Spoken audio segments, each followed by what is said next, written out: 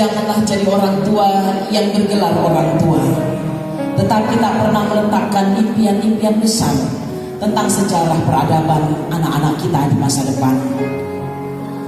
Seorang ibu memberangkatkan putranya pergi ke Damaskus.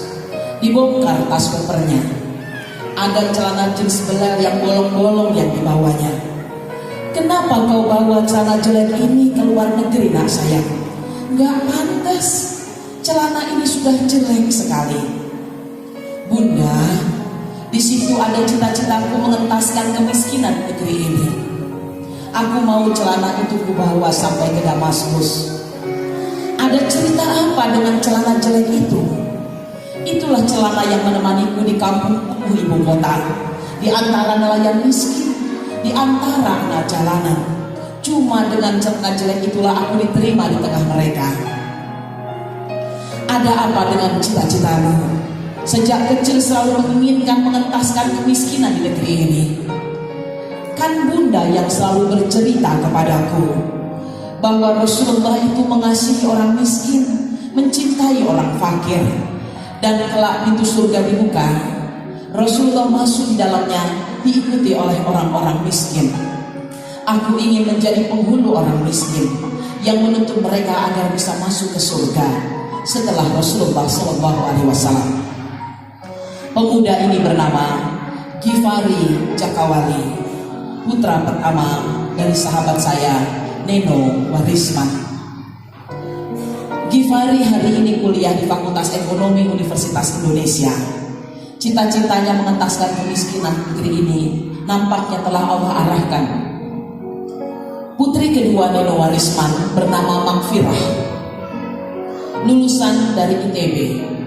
Ketika Magfirah masih jadi mahasiswa, malam-malam ditelepon bundanya, "Bunda, suaraku habis. Besok harus bangun pagi-pagi. Aku takut karena lelah aku tak bisa bangun pagi-pagi. Bunda tolong bangunkan aku ya sebelum subuh." "Iya nak sayang, aku akan bangunkan engkau. Tapi aku minta dibangunkannya pakai kum." "Kenapa harus kum? Aku kangen kum, Bunda." "Baiklah." Menjelang subuh, Neno Warisman menelpon putrinya sambil bercucuran air mata. Tak disangkanya putrinya yang sudah jadi mahasiswa masih mengenang cara beliau memanggil dari bangun tidur ketika masih kecil dengan panggilan kum, dan ia pun menyanyikan kum dengan telepon genggamnya untuk membangunkan putrinya. Kum, kum, kum, kum fa'anzir wa rabbaka fakabbir wa thiyabaka fatahhir. Kum, kum, kum, ya ayyuhal muttassir, wahai orang yang berselimut, bangun. Kum fa'anzir, tugasmu adalah menyeru Tuhanmu. Wa rabbaka fakabbir, lalu membesarkan nama Tuhanmu. Wa thiyabaka fatahhir, dan bersihkanlah pakaianmu. Tugas engkau sebagai manusia adalah dibangkitkan untuk menjadi pejuang agama ini yang senantiasa membesarkan Allah. Kau menjadi besar bukan karena engkau yang hebat, tapi Allah yang maha besar yang membesarkan dirimu. Dan mulailah segala sesuatu dengan cara membenahi apa yang ada dalam dirimu sendiri. Sejak kecil, putra putri Neno Warisman dibangunkan dengan sebuah visi masa depan. Ini yang dimaksud dengan tak punya judul, tapi yang penting punya tulisan. Jadilah orang tua yang membangunkan impian kepada anak-anaknya. Ketika saya SMA, saya masih gadis, saya pengen banget punya anak seorang ulama besar. Ketika mengarungi perkawinan, ternyata suami saya biasa-biasa saja. Bukan lulusan pesantren, bukan anak Pak Kiai. Demikian juga dengan saya. hanya anak yang dibesarkan dari orang tua yang Islamnya pun Islam abangan. Mereka dulu tak menjalankan sholat, tak kenal Al-Quran. Itu orang tua saya. Tapi saya punya mimpi yang besar. Siapa menyangka ketika merasa bahwa harapan punya anak ulama besar hampir tidak mungkin diraih, kami terus menjalani perkawinan dalam suka dan duka. Di usia 15 tahun perkawinan, ternyata anak pertama saya minta sekolah di pesantren Gontor. Putri saya selanjutnya pun ada di Gontor. Anak saya dibesarkan di sekolah Islam dan di Gontor 4 orang.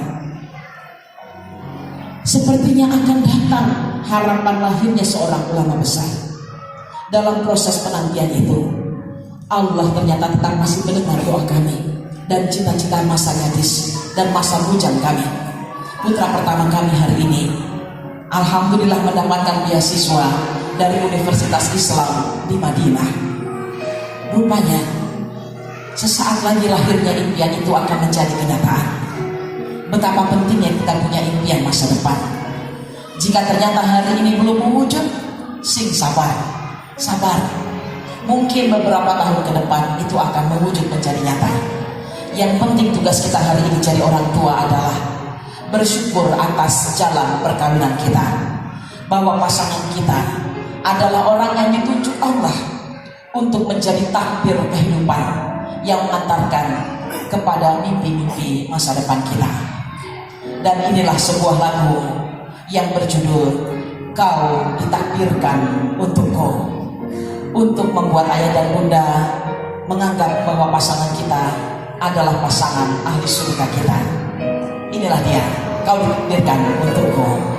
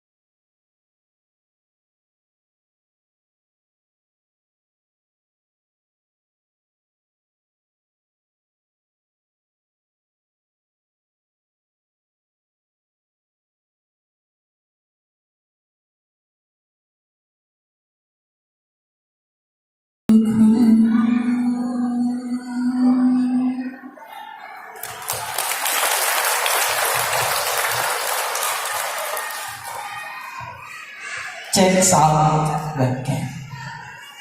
Bismillahirrahmanirrahim. Assalamualaikum warahmatullahi wabarakatuh.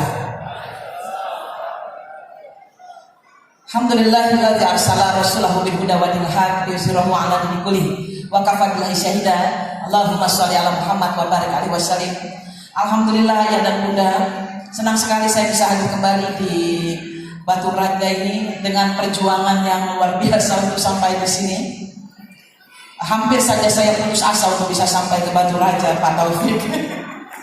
Tapi Bu Erlin selalu menyemangati saya untuk hadir karena dia katakan, Bunda sudah ditunggu dan sangat dinantikan untuk bisa hadir membagi ilmu. Maka saya pun berjuang untuk bisa sampai di sini. Dengan satu syarat saya katakan, tapi saya minta naik kereta api sampai di sininya. Dan kemarin kami dari Lampung naik kereta api, tapi singgah dulu di Muara II sehingga kereta api kita turun di Martapura. Tapi begitu mau balik lagi ke Lampung, tidak ada kereta dari Batu Raja menuju Lampung, katanya. Maka insya Allah nanti siang kita menuju ke kota Palembang. Mudah-mudahan saya diberi kesehatan terus untuk bisa melalui jalan darat yang panjang ini. Amin. Ya. Sumatera Selatan insya Allah sudah banyak yang saya singgahi. Ada pagar alam sampai 10-12 jam perjalanan. Lumayan bikin pinggang ini cukup lelah. Ya, sampai ke beberapa titik di ujung Lampung pun hampir mendekati kota Palembang sudah saya tempuh. Dan insya Allah hari ini melihat wajah ayah dan bunda dan hadir peserta yang begitu banyak, saya merasa sangat bersyukur saya bisa singgah di sini. Amin ya Allah. Alhamdulillahirabbil alamin. Apakah suara saya jelas sampai di belakang? Jelas, alhamdulillah. Ibunda, ayah, ini tadi profil sudah dibacakan, saya tidak usah menjelaskan lagi. Tapi hari ini karena saya berlatar belakang ilmu fisika, maka kita akan membahas seluruh rangkaian tentang home therapy, bagaimana kita menterapi anak-anak kita di era milenial ini. Seluruhnya adalah dengan pendekatan ilmu fisika. Sudah siap belajar fisika pagi hari ini? Pusing. Kita akan belajar ilmu fisika. Dan insya Allah ini sangat mudah untuk diterapkan dalam kehidupan kita, ya. Amin ya Allah. Baik, langsung saja masuk ke materi kita. Ketika kita melihat begitu banyak fenomena anak-anak kecanduan gadget, kecanduan internet, pornografi, LGBT, narkoba, pelecehan seksual menjadi hal yang paling menakutkan seluruh orang tua pada hari ini. Ternyata bagi saya semua itu tidak lebih menakutkan dibanding kebodohan orang tua tidak mengetahui tentang zaman. Bahwa kejahatan paling besar adalah ketika kita sebagai orang tua tidak mampu mengantisipasi zaman. Ketika saya singgah di kota Sukabumi, seorang ulama di Sukabumi, beliau termasuk tim perumus pembuatan metode belajar Iqra bersama Kiai As'ad Humam. Beliau mengatakan, dulu mbah saya mampu bercerita tentang masa depan kepada kami. Beliau selalu berwasiat kepada kami dengan kata-kata yang dulu kami tak mengerti dan sekarang kami bisa pahami. Kata sang nenek, kelak kalian akan hidup di mana punya hutan, tapi hutan tak berpohon. Di mana kalian memiliki sungai, tapi sungai tak ada air.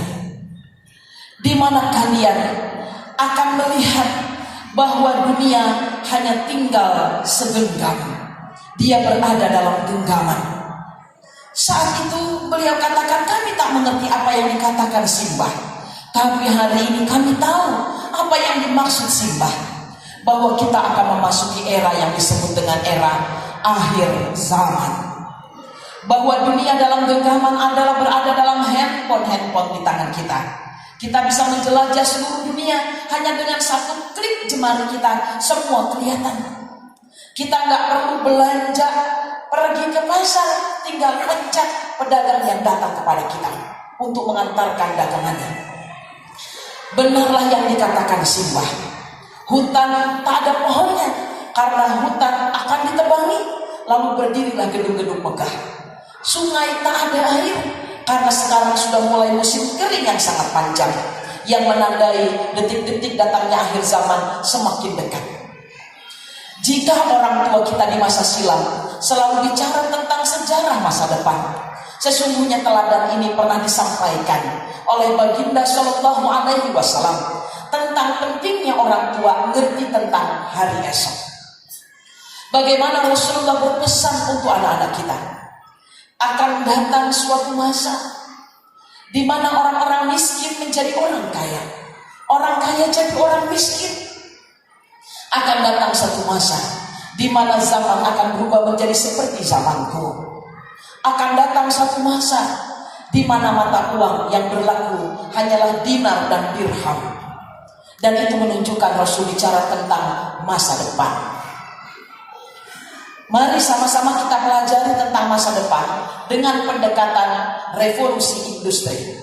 Cara ini buat saya merasa lebih adil untuk menimbang peran saya sebagai seorang muslim dalam setiap periodisasi tentang industri. Kita pernah melalui industri 1.0 atau industri 1. Puncaknya ada di abad ke-17. Siapakah penggenggam teknologi abad ke-17? Yang menggenggam teknologi abad ke-17 adalah kaum muslimin. Karena umat Islam dari abad ke-11 sampai abad ke-17, mereka lah yang menguasai seluruh teknologi awal sampai teknologi yang sudah berupa mekanik. Kita nggak usah bicara yang abad ke-17. Mari kita bicara tentang kehebatan kaum muslimin menggenggam zaman di abad ke-14. Klik Bang Fayat. Ini adalah Masjid Al-Fatih, didirikan pada abad ke-14 ketika Muhammad Al-Fatih menaklukkan Konstantinopel 1453. Langit-langitnya sangat tinggi. Ternyata yang menarik adalah masjid yang luas ini dibangun oleh arsitek Cina tanpa menggunakan mikrofon. Jika seorang imam memimpin sholat berjamaah 5.000 orang, maka jamaah bisa mendengar suara imam dengan baik. Jika ada khutbah Jumat, maka jamaah berjumlah 5.000 orang mampu menyimak dengan baik. Karena arsitek Sinan membuat sistem akustik masjid ini begitu canggih. Kalau kita masuk ke sana, guide yang akan mengantar kita akan berbisik-bisik menjelaskan tentang kehebatan Masjid Al-Fatih ini. Di tengah-tengah itu ada semacam lampu yang melingkar-lingkar.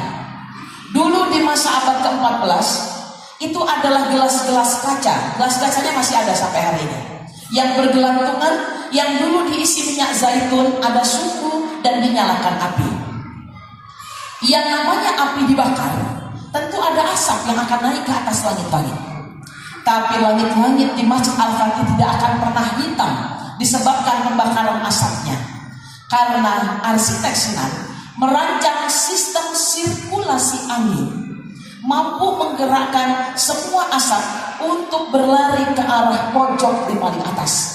Seperti ada cerobong yang bisa angin itu membawa menuju ke sana tanpa perlu alat aliran pipa. Dan ketika asap telah terkumpul akan menjadi jelaga. Yang namanya jelaga kalau dikerok jadi serbuk hitam. Dan serbuk hitam itu dipakai sebagai bahan pembuatan tinta yang mampu bertahan selama 400 tahun tintanya. Wah, keren. Lalu berikutnya adalah di bagian tengah terpasang, digantungkan telur burung unta. Buat apa? Apakah buat klinik tumbal? Bukan.